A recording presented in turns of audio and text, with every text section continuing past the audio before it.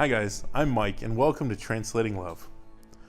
We are going to be starting our third question today in this series that we've been exploring. Our first question was, who is God? Our second question was, is God sovereign?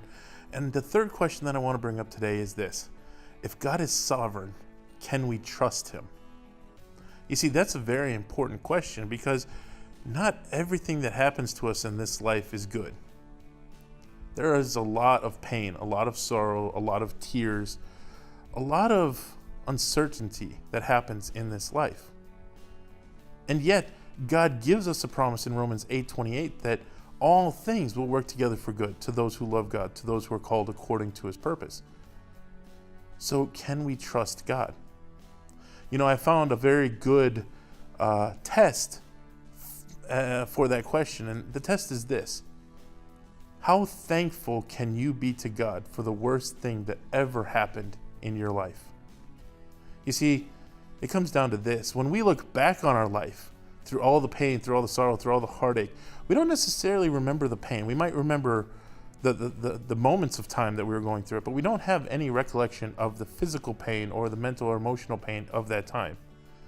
And if we're honest, we can see God moving us from one point to one point to one point in our lives. So we can see God in our lives if we take a look back in hindsight. But when we're going through a hard thing right now, can you be thankful right now for the thing that you're going through? It's very applaudable to be thankful for bad things that have happened in the past and to see that God has worked it all out in your favor and in your good. But I think it's even more powerful if you're able to give thanks in the worst possible things that are happening to you now. You see, the Apostle Paul told us that he found the secret of contentment in all things. And that secret was linked to a revelation that he had of how deep and how vast and how wide and how wonderful the love of God is. That's why he could give thanks when he was being stoned. That's why he could give thanks when he was being whipped and continually whipped 5 times. That's why he could give thanks when he was chained up between 2 guards in a prison with not even the freedom to walk or to relieve himself in privacy. That's why he could give thanks when he was shipwrecked multiple times. Because he found that the love of God was still present even in the midst of the darkest moments of his life.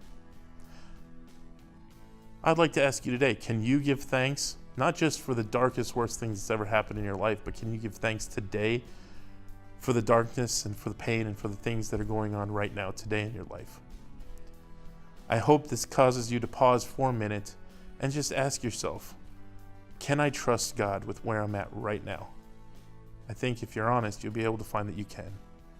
Thank you for joining us today. Be blessed.